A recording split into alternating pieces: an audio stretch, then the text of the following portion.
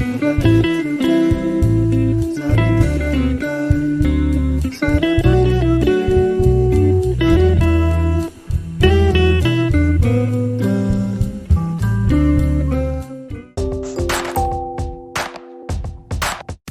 santo del giorno è il vescovo Sant'Antonio Maria Claret.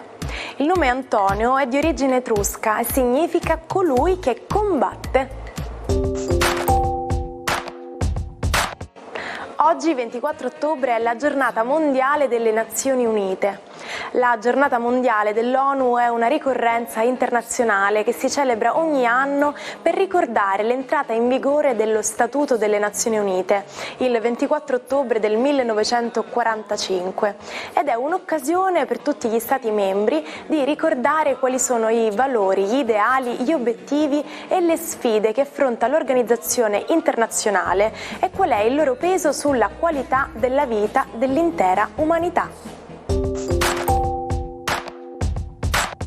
In un tranquillo giovedì di ottobre l'America si ritrovò a vivere quella che passerà alla storia come la Grande Depressione.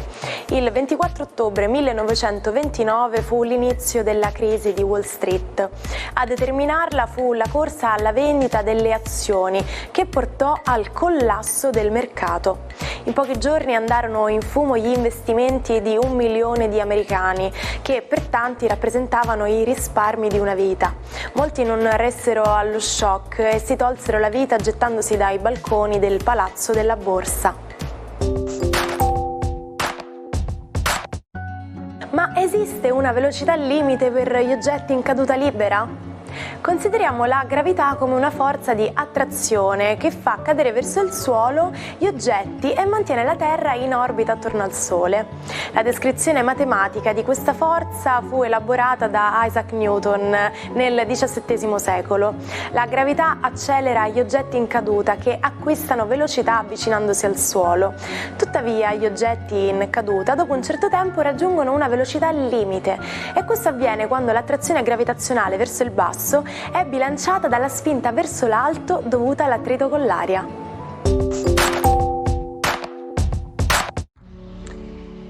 Buongiorno ai 12, oggi il Sole appena entrato in Scorpione inizia subito la sua battaglia con Plutone, voglia di trasformazione sì, ma soprattutto voglia di portare chiarezza e alla luce qualcosa che prima era un pochino più tra le righe. Ariete, per voi oggi Marte funziona benissimo, tra l'altro dialoga con dei trigoni poderosi con tutto il resto dello zodiaco, quindi oggi iperattivi, oggi forti, carismatici e come sempre passionali.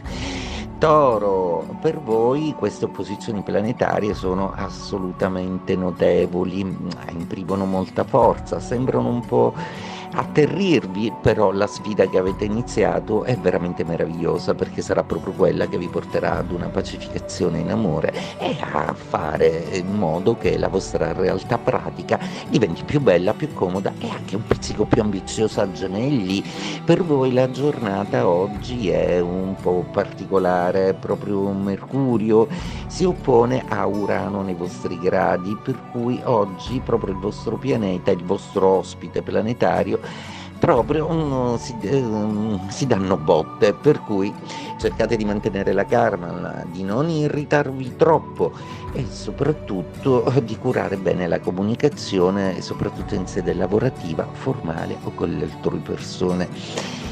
Cancro, la vostra giornata oggi è un tripudio di meravigliosi trigoni da Giove che non fa più neanche caso al suo non parlarsi con Plutone. Giove però ancora quadra con il Sole, per cui potreste sentirvi un po' stanchi per tutte queste novità, ma sicuramente eccitati e coinvolti perché le cose stanno cominciando ad andare per il verso giusto su ogni piano.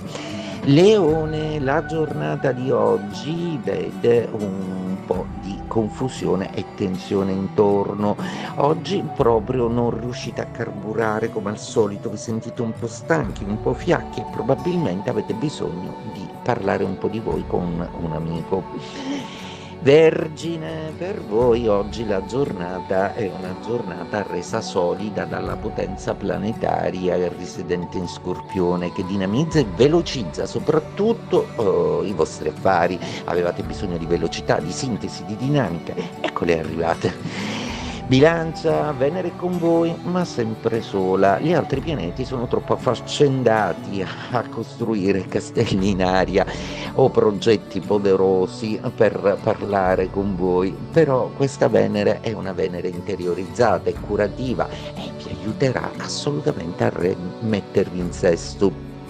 Scorpione, ancora oggi protagonisti dello zodiaco, con un sole che quadra però a Plutone, quindi uno Scorpione che vuole arrivare a un obiettivo, quindi uno Scorpione che non vuole più avere ostacoli e in maniera fortemente volitiva si imporrà.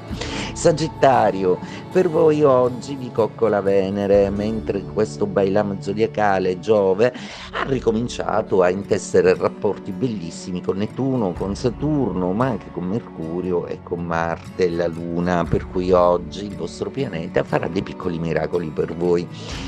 Capricorno, per voi oggi è una giornata fortemente intensa, piena di impegni e di cose da fare, da condividere, di lavoro di squadra e soprattutto di badare a tante attività collaterali che a volte tralasciate un po'. Attenzione.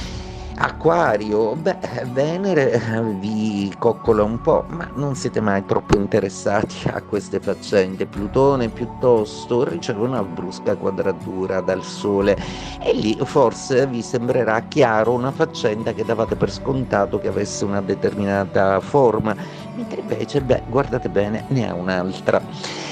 Pesci, la vostra giornata è magnifica, resa tale da Giove, da Marte, da Luna e da Mercurio, trigoni a tutto spiano e in più il Sole che vi dà forza, energia, coraggio. Venere latita un po', ma non per questo avete meno capacità d'amare. La disfatta di Caporetto fu la peggiore sconfitta per l'esercito italiano impegnato nella Prima Guerra Mondiale. Il teatro degli scontri fu nella valle dell'Isonzo, al confine con la Slovenia, e l'esercito era guidato dal comandante Luigi Cadorna. Dopo 11 battaglie, il 24 ottobre 1917, gli austro-ungarici attaccarono Caporetto. Il bilancio fu catastrofico per gli italiani: 11.000 morti, 30.000 feriti e 300.000 prigionieri. Il presidente del Consiglio, Vittorio Emanuele Orlando, sostituì Cadorna con il generale napoletano Armando Diaz. Sembra che l'avvento del pane industriale a fette negli anni 50 abbia totalmente rivoluzionato il modo di vivere inglese.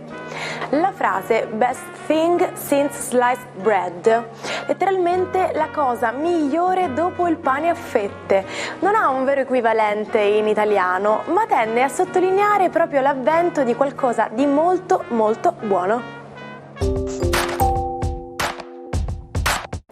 Il folle di cui parleremo oggi è Plinio il Vecchio. Il 24 ottobre del 79 d.C. inizia l'eruzione del Vesuvio. Plinio è il comandante di una flotta e mentre i lapilli infuocati iniziano a cadere sui marinai, lui decide, con una barca a remi, di andare incontro al vulcano per assistere da vicino a un fenomeno tanto eccezionale. Ciò che lo spinge è il desiderio di salvare vite, ma soprattutto la sua curiosità di scienziato. Trascorre la giornata in casa di un amico e anche se sa che il loro destino è segnato, mostra tranquillità e si corica sereno. Dopo 3 giorni il suo corpo viene trovato intatto, con l'aspetto simile a quello di un uomo che dorme. Ci salutiamo con la frase del giorno: non c'è nessun male che non sia accompagnato da un po' di bene. E quindi oggi facciamo questo piccolo esercizio, cerchiamo di trovare il lato positivo di qualsiasi cosa ci accada. Io vi aspetto qui anche domani. Buona giornata e a presto!